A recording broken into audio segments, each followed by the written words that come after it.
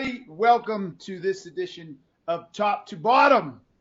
I am your host, Keenan Becc. Why do you pee before every show? It's nerves. It's out of respect for our audience. Like every show, right before we're ready to go on. Like seconds. It's like, wait. The true story is, I am more afraid of having to use the restroom during a webinar. It's my top fear. Like over death, dying alone, anything. Is that so I will have to, what am I going to do? They have arachnophobia and they have, homophobia and I don't know what other the other phobias are. But you have to go pee during a podcast phobia. 100%, because I'm like, what's going to happen? Then I'm going to be like, hey, hold on, our live audience and wonderful, adoring fans. Wow. Adoring fans. You now have adoring fans. I'm so nervous. And I'm like, what if I have to go? Like, what do I do? Nothing. I can't do anything. You hold it. You hold it. That's what you do. You hold it. Okay. I am live from my second home. And it sounded fucking bougie.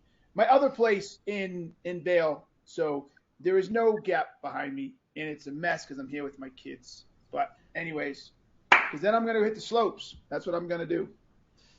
It's Black Ski Week. It's NBS, National Brotherhood of Skiers Week, man. One of my favorite weeks during the ski season because I'm not the only brother on the hill. It's a beautiful thing.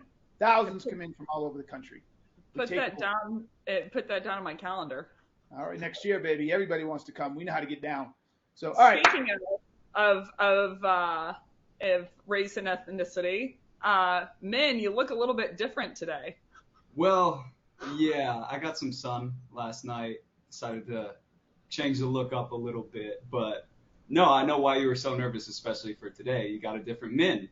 So who are you? My name is Christian Embry. My title is not actually Keenan's Sanity Keeper, but I thought that'd be cute. And what do you do, Christian? I work for him, and I keep you in line when you need stuff from us. So, hello, everyone. Oh, that was good. In Florida. Beautiful and sunny, much better than the cold and skiing that Keenan's about to go do. So Min, his internet went down, and it's Texas, so Christian stepped in like a valiant hero and saved us. So he is our co-host today. We're gonna have some fun. I don't know what I'm doing 100%, but that's part of the fun that we'll be having. So for our first section today, we have Email teardown. There it goes. Okay. Email teardown, where Becc and Keenan, what do you guys do? You tear down an email, right? Yes. Tear down an email. Right, there we go. And so this first email we have here, everybody can see. Keenan, why don't you take a stab at it first? Well, considering I can't see, you got to read it. You got to read the email for everyone. Oh, okay. Hi, Keenan. Hope you're doing well today! ! Seen you were at a sales growth company and figured we could possibly be of value to each other.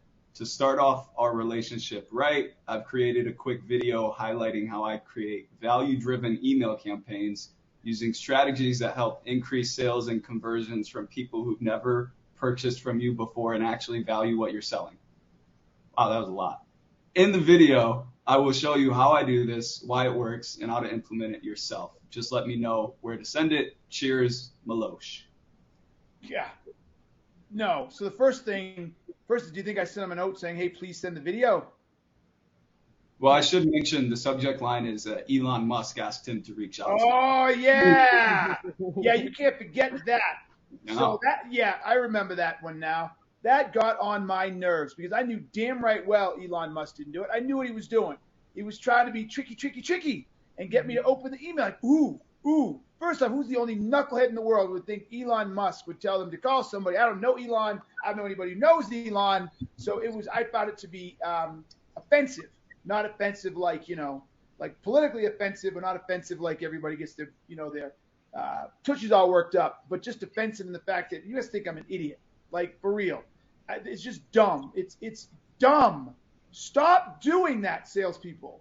So the second thing is for this poor clown is he's trying to sell email writing services. Yeah.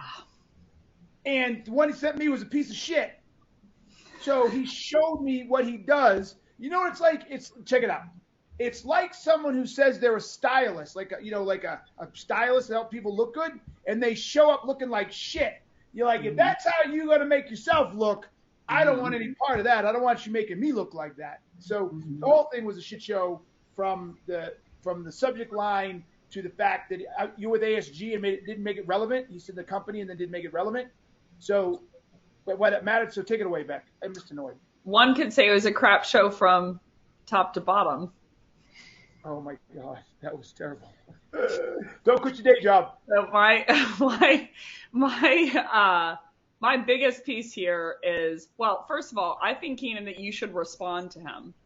And you should say, like, hey, okay, he asks at the end of the email, what's the best email address to send this to? And I'm like, that's what blows my mind the most.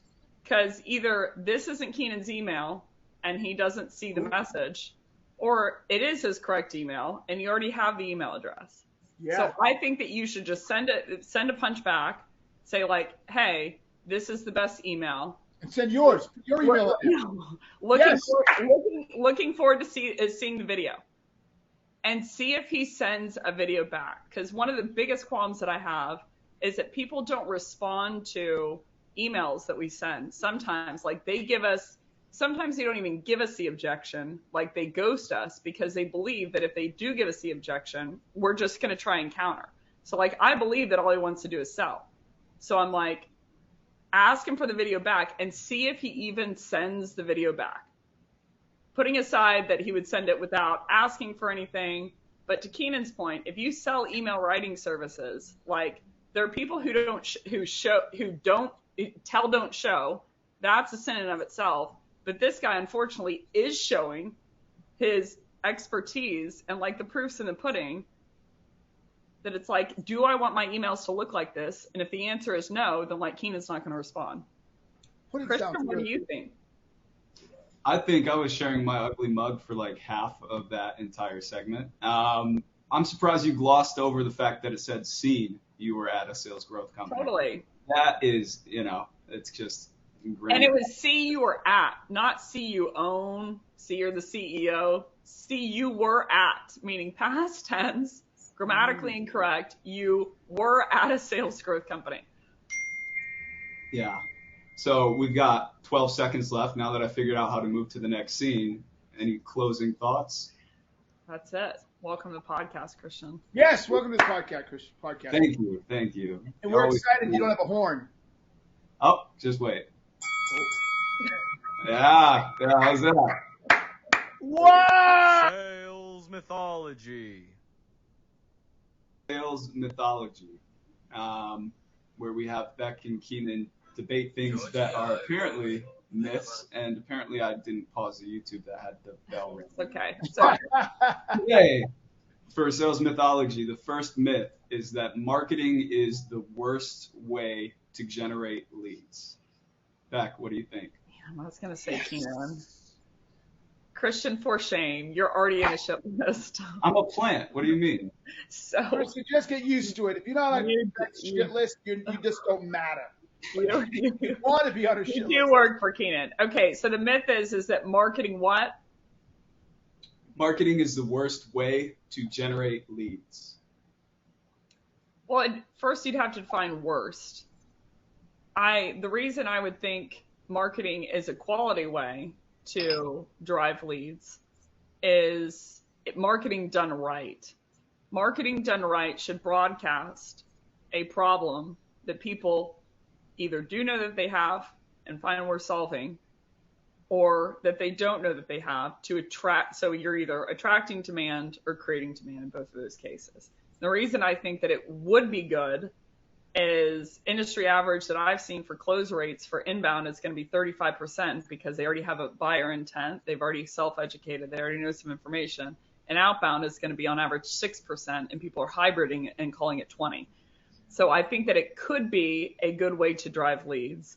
But for a sales rep, the reason I would think it's a myth, I didn't come up with this myth, but the reason that I would think it's a myth is marketing is the thing that I don't control.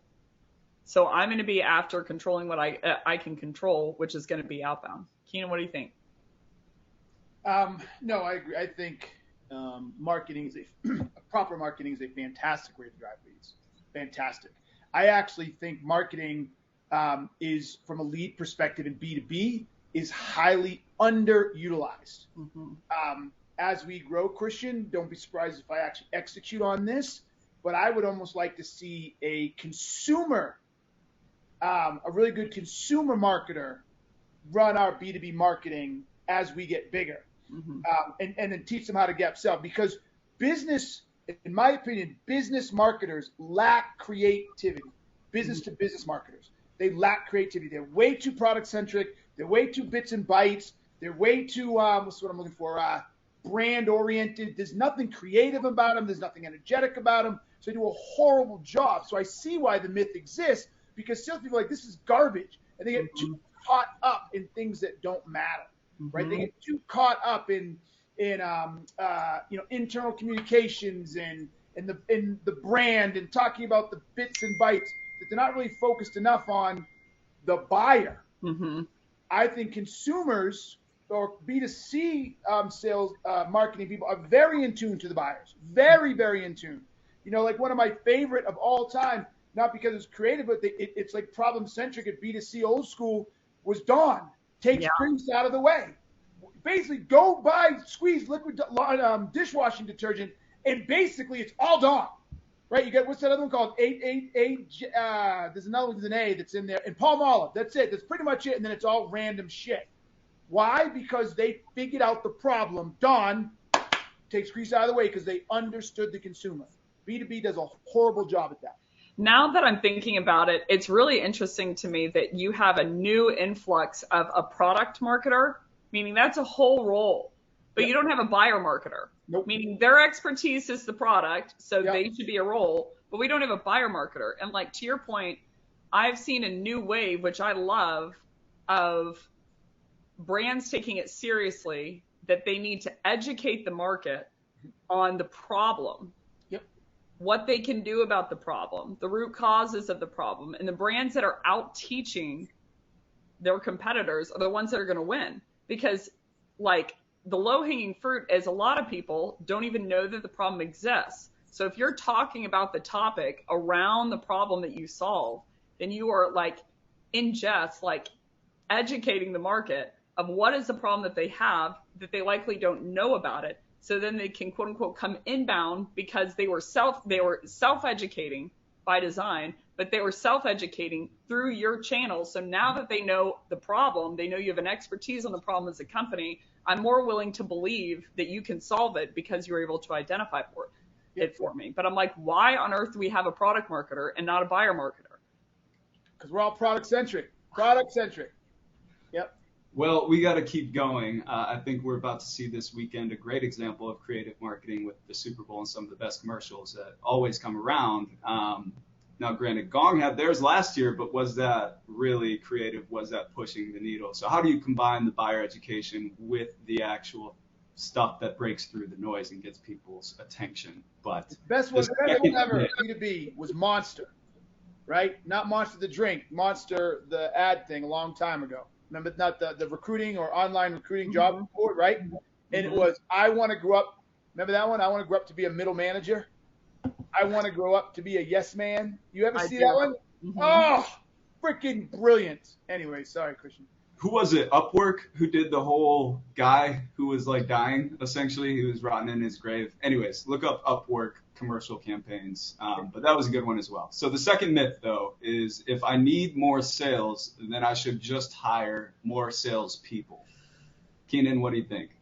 Oh, yeah, no, that's a huge myth, man. You can't throw people at every job. You just can't, right? What you need to do is you need to upskill, develop your people. Then, look, if you need more sales, there are 4 elements that drive sales: strategy, structure, people, process. Okay, people is just one section of them. So if you need to drive more sales, before you start throwing more people at it, you got to make sure that, number one, the people you have are maximized and efficient. Everybody making quota? Are they exceeding quota? Are they delivering on what you need them to do? Are they doing it efficiently and effectively? Right. Secondly, What does your existing go-to-market strategy look like? If you got a sales team, only percentage of is making quota, maybe you have a marketing issue, maybe a strategy issue, maybe you have a go-to-market issue. So maybe you should pay attention to that, right? Or then you look at the structure. Maybe the structure's all jacked up. Wrong people reporting to the wrong folks, the wrong comp plan, right? So look at the structure. And finally, what are the underlying processes, which include the tools?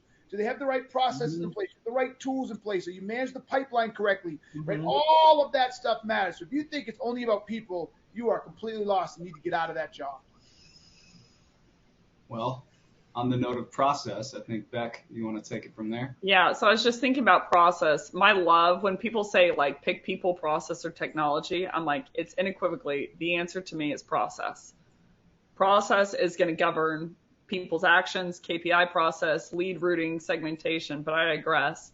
There's two things that come to mind that I don't think people are thinking about enough when they're thinking about this problem. The first is, if I don't have a person who's currently in seat successful, and I know why they're successful, and I think I can duplicate that onto someone, then why on earth would I hire? If I haven't made my first person successful, if they're not at quota, and I mean from an outbound perspective, why on earth would I hire 3 or 4 more people? Because my leading indicator is or leaning indicator is the first person wasn't. So why do I think that adding weight to that would all of a sudden cause a diamond? Like, usually it's going to cause the opposite. The more that you scale, the more problems that you're going to have. So if I wasn't confident in that, and that was sustainable, repeatable, and I could identify why from an outbound perspective that they were good, so I can inherently replicate that onto other people, then I wouldn't start to scale. Second thing I would say is that, and this happens in every SaaS company. I have seen it in I kid you not, every SaaS company, especially recently. They have 100 demo requests coming inbound. So in their head, they're like, okay, so we closed 20 of them. And so in their head, they're like, to get 200 demo requests, I need to just buy another person, because 100 times 2 equals 200. So what happens is the person onboards, they take demo requests, they split them in half, each has 50, and now they're each asked to essentially make up the delta of 75 meetings on outbound, when the outbound muscle wasn't pre-designed, built in at all. And so they hire, they scale out to like 20 people. They're like, why isn't it working? It must be a skills problem. So they try to teach people some skills, and then when that's not working, they fire 18 of them. Every SaaS company I've seen goes through this, and they can't figure out why. And I'm like, yo, the thing that's repeatable that you should be hiring for a sales rep perspective is going to be outbound. So I have to know that I'm going to divide that inbound pot amongst my reps and make up the delta in outbound. That's all I have to say. There's like 12 seconds left. Keenan, thoughts? What Becc said. So I don't think we're going to get to the third myth unless you can give a quip in 5 seconds. Okay. No, what Becc said. That's my new retort. Can't go wrong there. Take it or leave it. YouTube. There you go. On to the next section. Take it or leave it. Keenan's favorite section. Yes. Is it your favorite, Keenan? Yes. Okay. Well, take it or leave it, Keenan. Email templates. Wow, that should be easy. Email templates. You want to tease it, don't you? No, I guess I'm struggling on the definition of a template. Relevance only. So like you have these little things, you got these little like merge tags, right? Yeah, that there's nothing that they customize. No, leave it. Leave it. When you say nothing that they customize, I can't believe I'm stuck here. You want to tease it, don't you? No, I'm going to say take it. I'll say take it. I don't have a problem. Actually, I'm literally thinking about this now. I don't have a problem with building a sequence that is highly focused around a problem, and that problem is your relevancy. So if you really, really get a really good problem, you zero in on that problem, you have stats around that problem, et cetera, and you send it to a wide audience, the only relevancy is or have a high reason to believe that those buyers could struggle with that problem, I'm okay with that. So glad you said that, because that's what I'm doing right now. So, yeah. Becc, what about you? I'm leave it, because even like I agree on the quality issue, but I could just use marketing to do that or an automation software. I don't need a person. So I'm going to leave it for email. Yeah, you do, because here's why you do. Because, well, okay, who's the you? You or a salesperson? Meaning as a salesperson, I don't need a salesperson to send those out. So I don't think a salesperson should send them out. Well, that wasn't the question. It just said a template. Yeah, cold email templates, as in prospecting, I'm gonna leave it. Okay. For marketing, you have to. So I'm gonna leave it. I think we're too close. But next one, I think that's too close. All right, the next one, on target earnings versus commission-based reps. Take it or leave it, Beck. Wait, that's a versus. Yeah, I don't understand.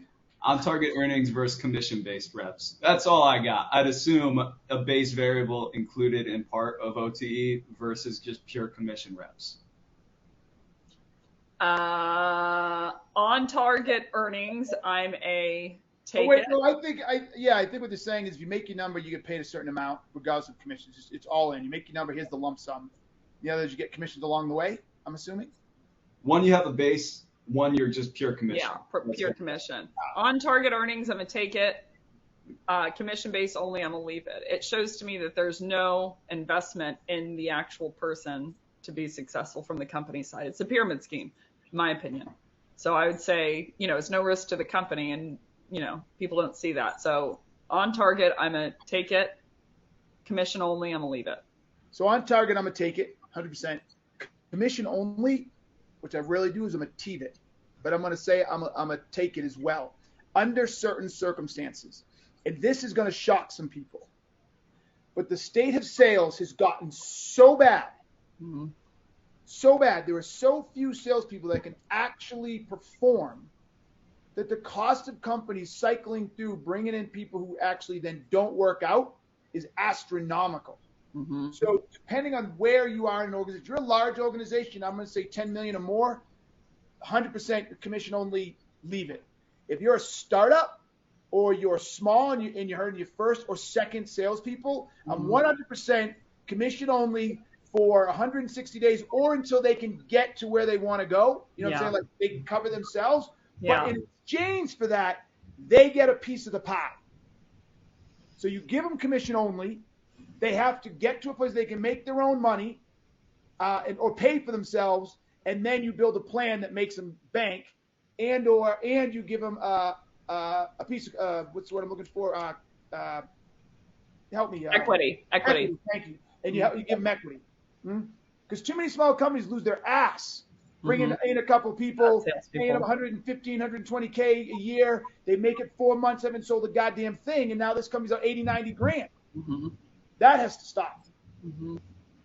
What's the last one, Christian? Increasing quota for AEs who hit their target early. Keenan? Leave it. And I'll go, not only do I leave it, if you do that as management, you should be fired. You're an asshole. Yeah. I'm gonna leave it too. Why would you? Someone does something great and then you smack them in the face for it. It teaches them to not do it again. Yeah. I lost the boxing belt, but Okay. we're just gonna roll with it. So apparently the next section The inbox. is a little When you secret. press that button, they can't hear you. Oh. The next section is the mailbox. I don't have the mailbox. All I had was its Min's little secret until showtime. So instead, Can you read the comments? Yeah. In the comments, someone or those of you who are watching, give us a question to answer live in the comments right now. Let's do it. Hold on. you guys, can you see that? I will be able to in 2 seconds. Okay. Or Christian, if you have questions. That's the All right, only here we go. I know people have questions. I know. Come on, people. Let's go. Let's see them. Who's got a question? Define template versus framework, or we're doing it problems losing business. Okay, hold on. We got to give them a chance to catch up. Who's got a question for? Any question? Well, not any question. Oh, be careful. Any business related question? Sales related question. Sales related question. It's a little bit too late. It'll take a second for someone to punch it in, and then we're going to get bombarded. All right. Well, so as we were talking about outbound and as we were talking about SDRs, what is your guys' perspective? is predictable revenue dead? Is the SDR model even reasonable for companies nowadays? Is predictable revenue? Say that last piece again. Is the SDR model based off of predictable revenue? I think it's dying. It's on its way out. It's dead. Okay, it's not quite dead, but it's dying a fast death. Primarily because there's just too much noise. Buyers are just not reading this stuff anymore. They're just not reading it. And Breck and I talked about this on this show maybe 6 months ago or whatever it was, 5 months ago. And I just was talking to someone else the other day I respect. And Christian, this will be interesting, shouldn't surprise you entirely. But I am on a mission now to figure out how to increase inbound and create a repeatable, predictable inbound engine. Because this outbound shit ain't working and you're spending too much time, too many cycles with too little return. Beck. Well, predictable revenue was a really good idea, in my opinion. Two things that it missed. One was a misdiagnosis and one was a missed diagnosis. The misdiagnosis, I believe, was the KPIs that they outlined. If you're going to introduce a new role, then you need to introduce a KPI. 1 + 2 + 3 needs to equal 6. And in the current pre-existing, I believe that the book outlined the idea and then kicked it out to companies to decide what the KPI should be. So they're like, it should be booked meetings, I guess, or like qualified meetings based on BANT. And MQL, I guess, should be marketing's hinge. And hypothetically, an MQL, which is anyone who downloaded content, more of those should cause more booked meetings, which should cause more sales. And I think that there was a lack of foresight of bifurcating all of those out. An inbound conversion is going to be completely different than an outbound conversion. An outbound conversion is going to be completely different than a postbound conversion. I don't believe that if you define MQL as anyone who downloaded content and don't take into account, are they already working with you? Do they have the right title? You know, like lead scoring screwed us into oblivion, in my opinion. You don't even take into account, are they a part of the like right size company, or do they have the right integration tech stack to even work with you at all? I think that all of that havoc, and then it didn't outline basically the pass through from SDR to AE. Like, how do I swap in a person? Like, I'm like, yeah, Keenan, so we built a lot of value. And I'm like, here's Christian. I'm not even going to give you a heads up. And all of a sudden he's supposed to take it from there on out. He's done no research. He doesn't know any of the background on the client. Typically hasn't, walked through the call of like what made them successful. So from my opinion, the missed diagnosis was they didn't outline any of that for people. So people did it for themselves. And that's why we're in the crapshoot that we're in. So I do believe that it's a good theory that should have been outlined. And if it was, like, the point is, I can't tell you if it could be successful because it's never been done successfully, meaning the KPIs haven't been set up successfully. So I couldn't even prognose what would happen from it. So I think that was the major miss behind the book, was an execution framework of like the freaking how to do it. If you don't take ownership over that, the concept can do more damage than good, in my opinion. Is there another question? There's like 4 seconds. There's a bunch of questions, but there's one I really want to get at. Let's do it. It says, how do you root cause a problem when the problem is based on the competitive service? So the reason I want to answer this is Justin, you keep typing in here if I'm misunderstanding your question. But based on how you wrote it, I want to answer this one because I believe, once again, the world does not understand gap selling. This shows my assumption, you use these words because you've read gap selling, you're trying to get good at it. You don't root cause a problem, okay? And the fact that it's created by your customer or by you, or your competition, or by you, or by an internal team, or by force majeure, doesn't fucking matter. Mm-hmm. Your job is to uncover a problem. Mm-hmm. You could be, if it's an existing customer, you could be causing the problem. Then you fix it for free. But the point is, your job is to diagnose a problem. And part of diagnosing a problem is identifying the problem and then trying to understand what the root cause is. So if your competitor is in there already and they're doing things that aren't allowing the buyer to accomplish their goals or making it hard for them to, I don't know, you're at IT consulting. So whether it's develop applications fast enough, whether it's able to create applications that are secure and not susceptible to bug, to hacking, whether it's getting applications developed and meeting the requirements of the team and meeting SLAs. And I don't know what the fucking problem is, but if any of those problems exist in the IT world and it's your competitor, go find them. I have no idea what you mean by how do you root cause something. You don't root cause things. Becc? Yeah, so I have two pieces. I'm assuming what he means, and I haven't asked the question, but maybe you can ping in the chat, is that they're already using a competitor. Yeah. If they're already using a competitor, there are two things that I think you'll likely run into. One is the competitor that they've used. Obviously, if they're willing to even entertain a conversation of switching, it's because they didn't solve the original problem. So in that case scenario, I'm just going after the point blank root cause, like the root cause that they didn't find.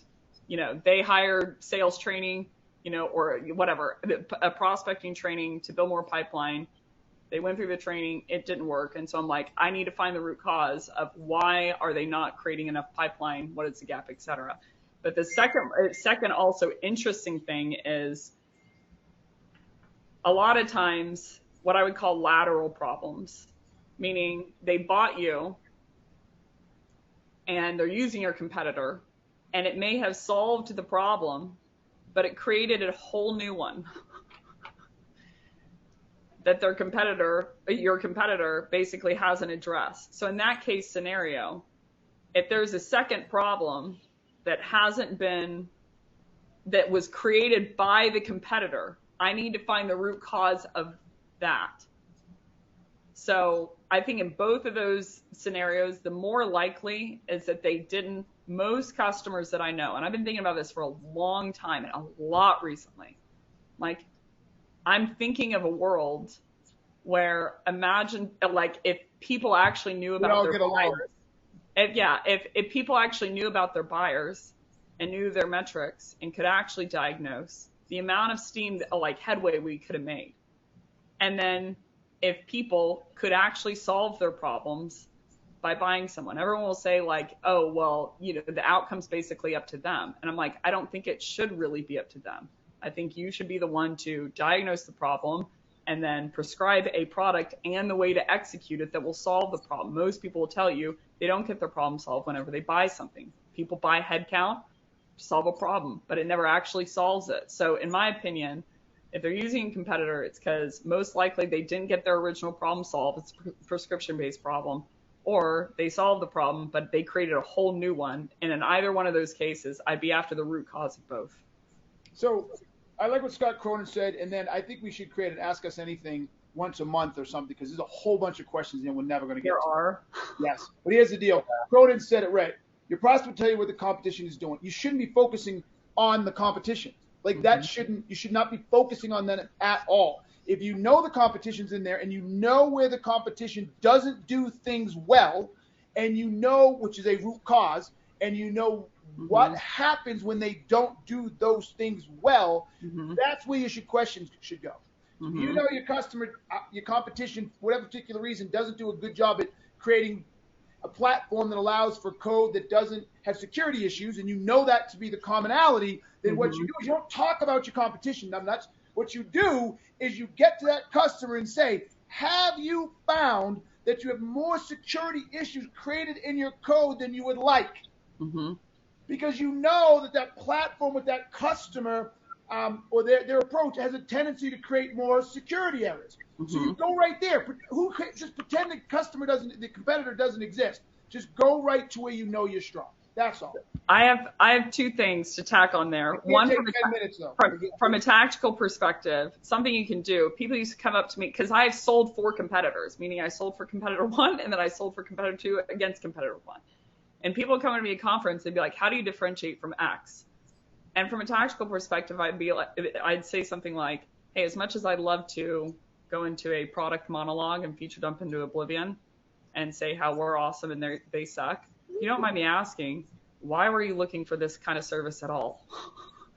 and they lead into the problem. So from a tactical perspective, I suggest that. But from a ethical perspective, sellers are asking the question, how can I be after finding the root cause that we solve for more?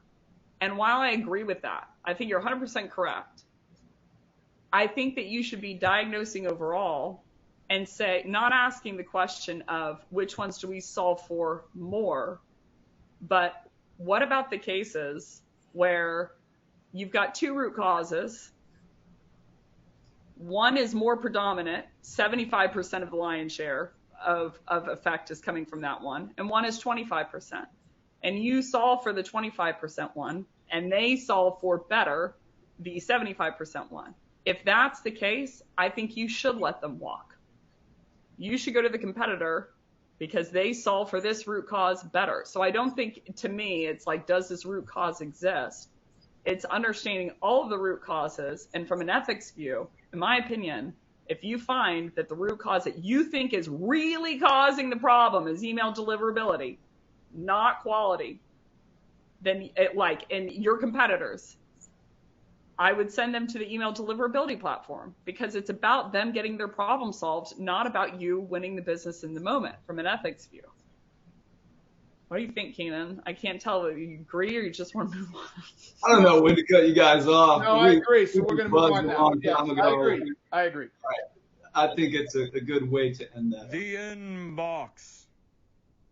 When you press that button. I'm learning on the fly. The challenge, where Becc and Keenan break down a challenging subject within the sales industry. And today we have how to sell in a recession. So, Keenan, why don't you start us off, as I know you have one or two thoughts on this.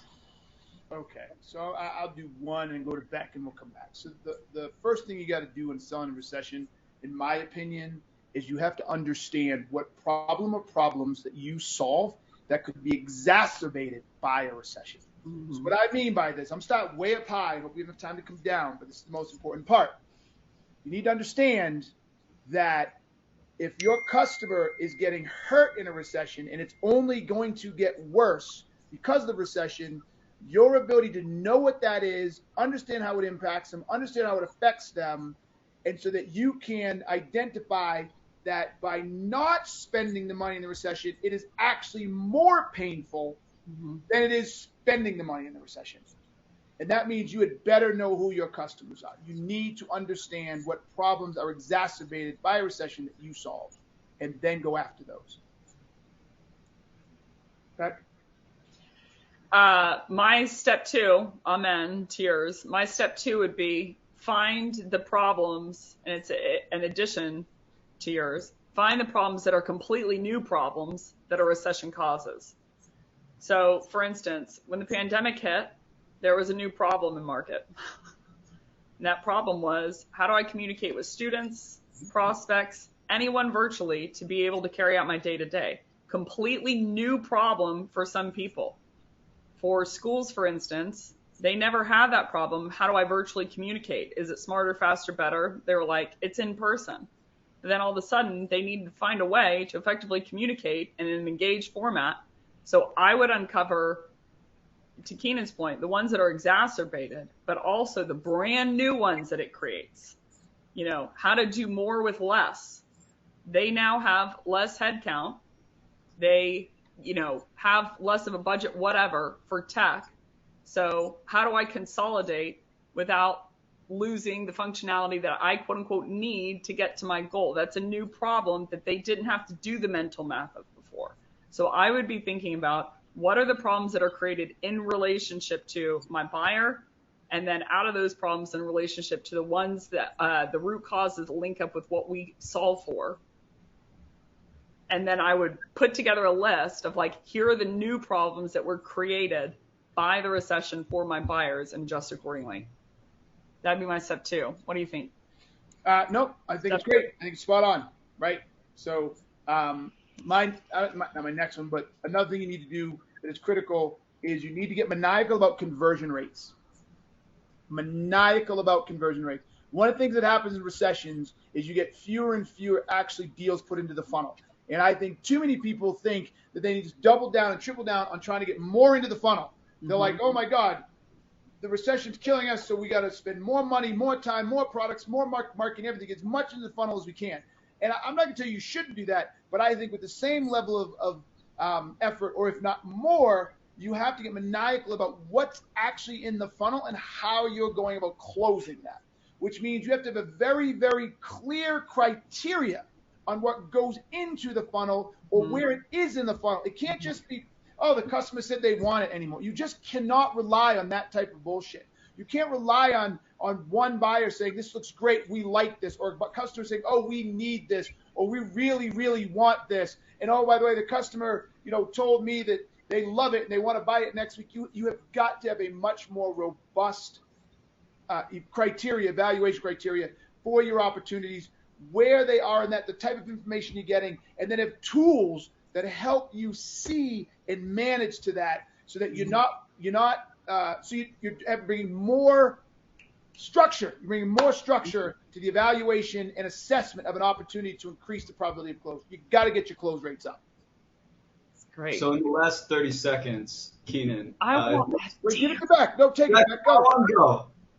Expansion sell. Stop thinking about net freaking new pipeline all the time and think about the people currently in your backyard. There's 7 types of it. Upsell, resell, renewal, 2 types of upsell, 2 types of cross-sell, and referral. Think about making your current customers happy and expansion sell. All right, let's debate. Ding me, but let's debate on this one. This is going to be interesting. Ding me.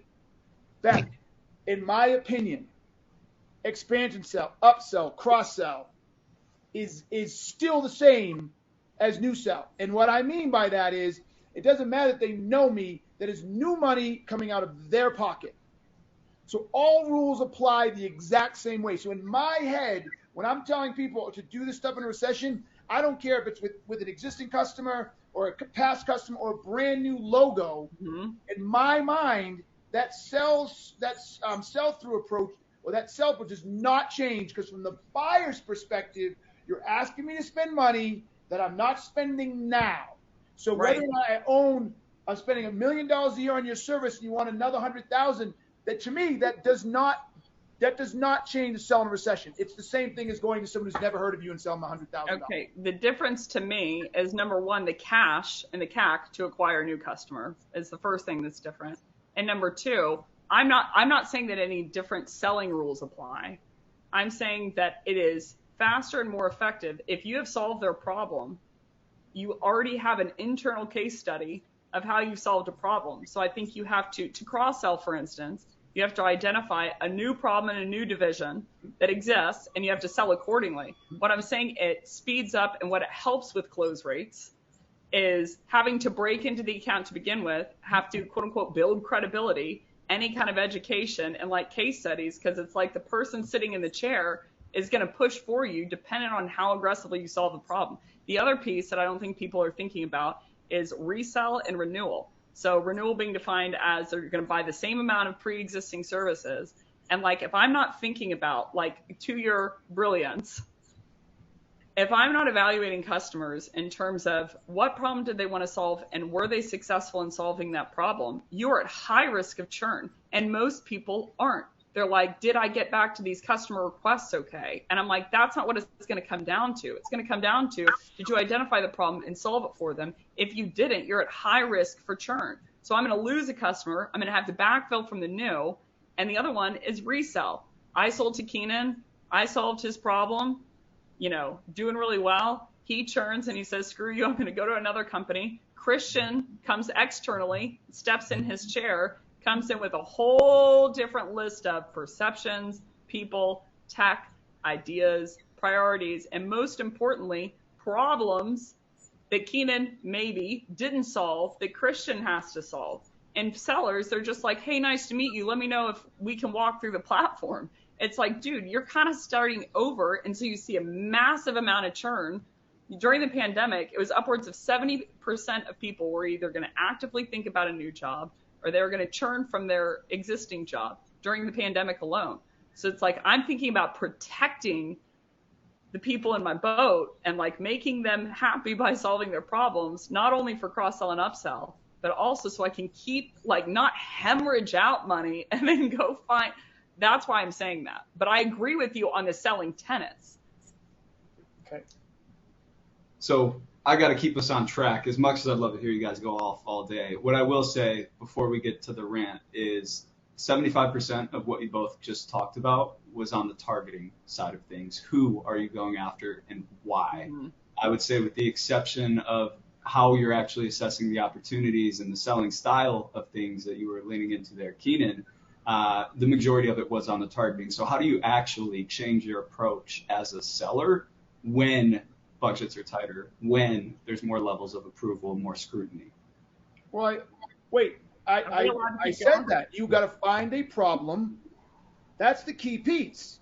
You find a problem that is exacerbated by the recession.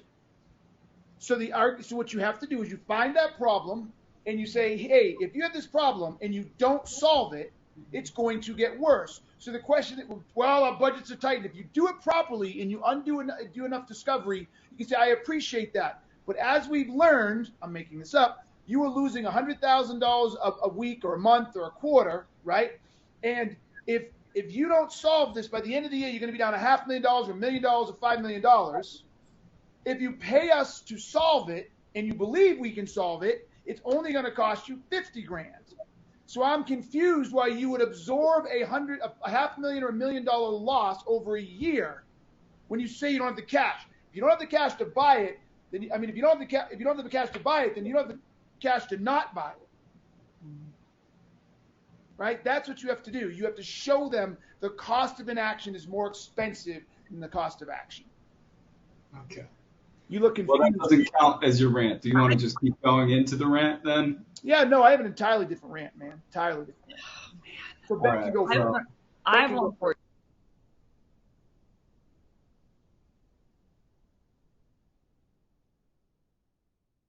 Yeah, we don't have a rant. He just pressed a button. We don't have a rant for the button. Okay. Well, there we go.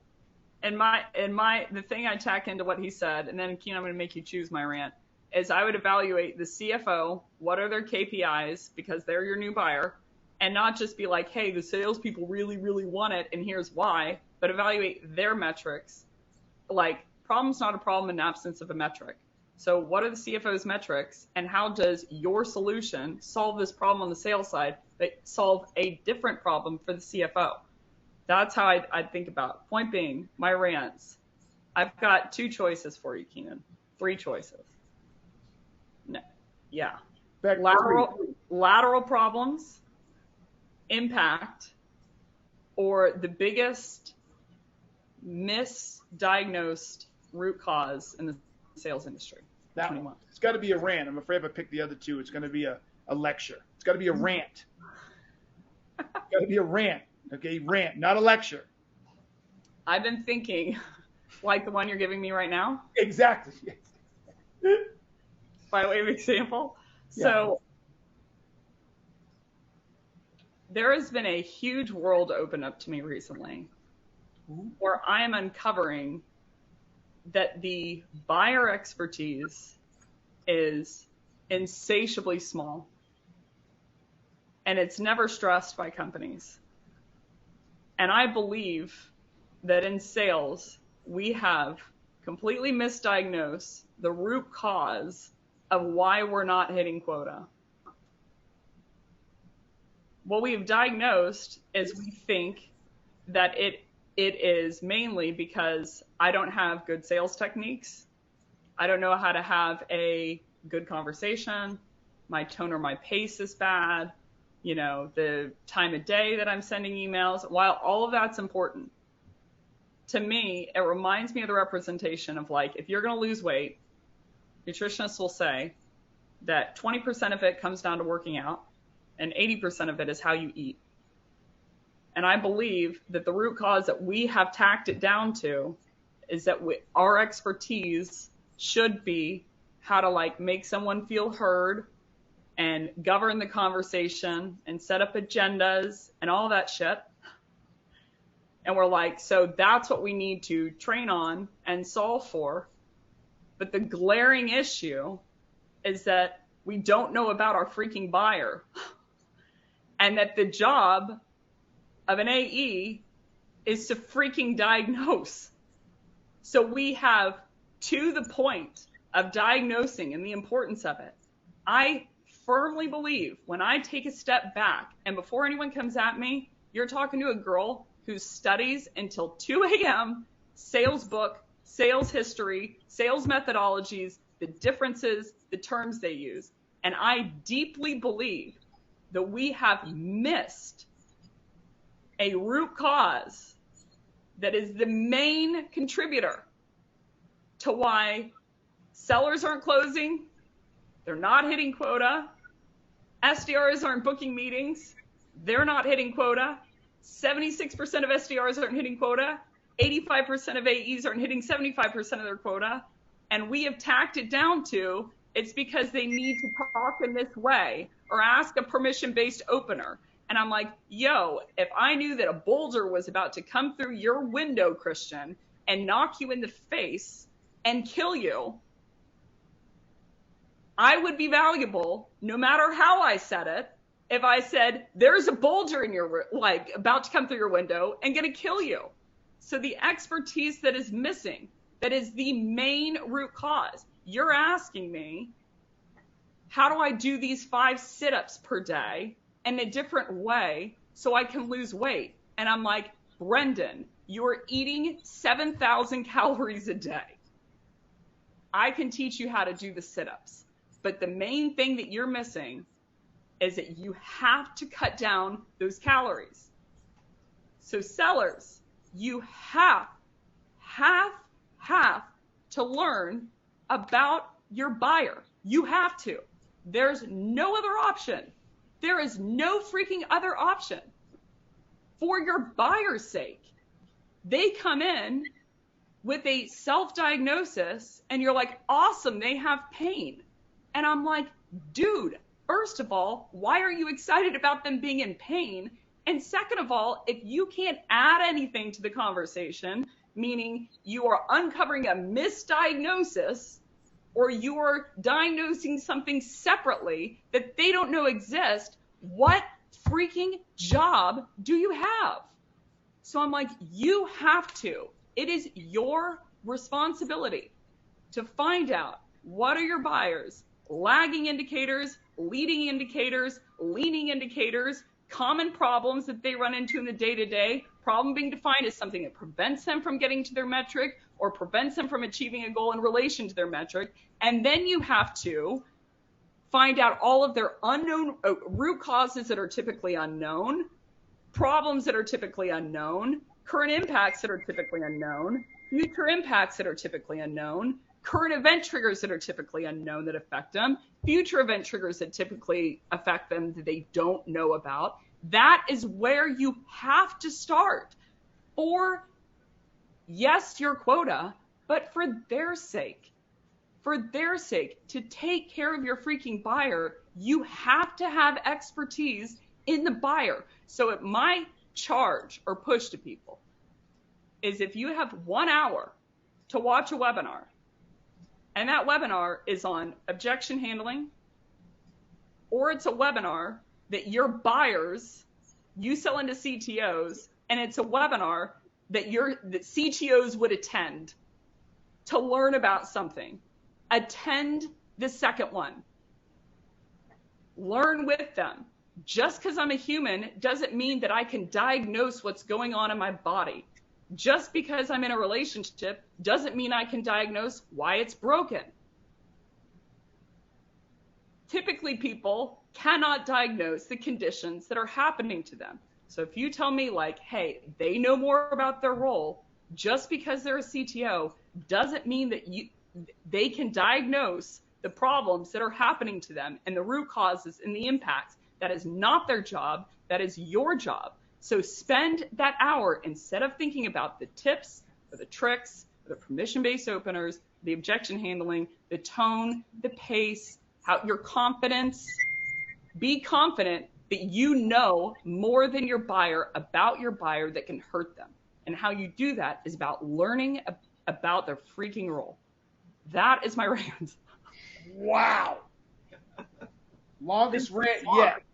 Bizarre to me. man, that I'm like, it's a misdiagnosed root cause.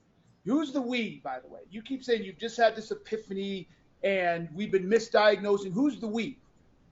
Sales training, sales methodology, sales influencers have misdiagnosed. Wait, the whole book, Gap Selling, says, well, you're yelling this like it's an epiphany, which I love, because I remember the very first time we had a conversation, and with all due respect, because I respect you, you didn't quite get it then. And how far you've come till now is amazing. But it literally says in the book, Gap Selling, your job is not to sell, but to diagnose. It literally says, you are an amazing salesperson if you could quit that sales job today and your clients would hire you as a consultant. Totally. It literally says that. So I want to make sure you're clear to everybody you're talking about. Gap Selling has been arguing this and has been writing about this for 4 years. Totally. But it's like, I don't understand where we went wrong. If I had to guess, it's that people are just viewing it as, when I'm in the room, my job is to influence them, get them to think a certain way, get them to feel a certain way, so that they'll ultimately buy. And they miss this entire part. And the reason that I believe this, and keep in mind, when it comes to sales technique, like, this sounds bad, you're staring at the best. Meaning, I freaking know sales technique backwards and forward. I know the 10 different types of personality disorders. I know the 4 different types of introverts. I know the 8 different types of humor. I know the 4 different styles of humor, meaning the best in terms of knowledge. I have studied psychology. And the reason that I did that is because I was born into a family where my dad was a mechanical engineer and my mom was a biologist. My sister is a doctor and my brother's an electrical engineer. And my brother-in-law is a civil engineer. And I had no freaking clue what they were talking about, ever. So I'm like, I had to get by on technique in the 20%. And I'm like, the faster way. And I had the beret, like, I'm a consultant now. My job is to find the root cause. And the amount of relief it's given me, that I know that I genuinely have my buyers back. The reason I've never talked about these discussions is because if I don't have something to say that I think will help people that they truly don't know, I shut up. So I'm like, yo, sales, we have to pivot. I'm not going to say it's okay, but it is what it is. Today's day one. Go to Google. If you're watching this, and you cannot, if I closed your eyes and said, name your 5 buyer personas, name their common lagging indicators, name their common leading indicators, name their common coincidental indicators, name their common problems, common root causes they don't know exist, common problems they don't know exist, common current impacts they don't know exist, common future impacts that they don't know exist, current event triggers, future event triggers. If you can't name all of that, it's totally fine. If you're me, sitting at the engineering family table, it's like, I can answer any of that shit. Right? So it's just go to Google, hit the plus sign, and say, what are the KPIs for a CTO? And it will come up. The maddening thing, and I will stop, maddening thing is I've been sitting on sessions before where they'll look at me and they're like, yeah, well, Beck, this is hard. I'm like, I know that. Trust me. But it is your responsibility. And it's not that hard. You're like, what do you mean? So I literally shared my screen and I said, name your buyer persona. They're like, CTO. I'm like, common KPIs for a CTO. Pulled them up and I'm like, here's the ones for a CTO. What's the other one? HR. Common HR. And they're like, oh, can you send me that link? I'm like, the point of the exercise is not so that you have, I'm going to lose my shit. I'm going to reach through the screen and I'm going to do something about it in about 30 seconds. That I'm like, this exercise is not to teach you the link to go to. This exercise is to show you it is much easier than you think to get to know your buyer, and your buyer is begging you to. We owe it to them. We owe it to them, and we owe it to ourselves to start that journey. If you haven't, and you're like me, today.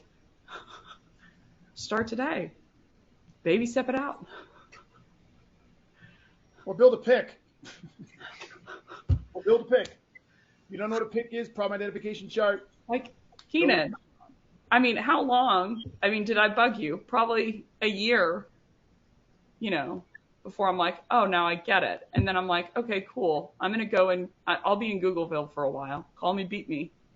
That I'm like, you aren't responsible for before you knew. But you are responsible for after you did. Wait, what? You aren't responsible for your behavior before you knew. Me or people in general? No, people in general. Before you sharp knew. left turn, because you literally said Keenan, and then you went, yeah. No, that I remember. I almost quit sales because I was like, it's sleazy. Until I ran into that option with you. And I'm like, oh, here's an option where I'm genuinely after helping my buyer. So all these questions are filtering in. What's that option? Gap selling, you mean? It's you. You mean gap selling? Yes. It was really your influence on me. No, because I first told you about it. You kind of poo-pooed it. I remember it vividly. I'm like, she doesn't get it. I even had a couple calls with you, and I'm like, I wasn't listening. Wing it. I wasn't listening. It was terrible. But I'm like, start today, man. Start today. That's my rant. For your sake, for your buyer's sake. That was a rant. So I'll save mine for next time. Welcome to the podcast, Christian. What a time. All right. Well, everybody, thank you. You've been listening to Top to Bottom. I'm Keenan. And I'm Becc, and with us is the kid Christian. Thanks for joining, Christian. So those who want to know, every Wednesday, 11 o'clock Pacific, 2 o'clock Eastern, every Wednesday, live on LinkedIn. See you next time. Toodles.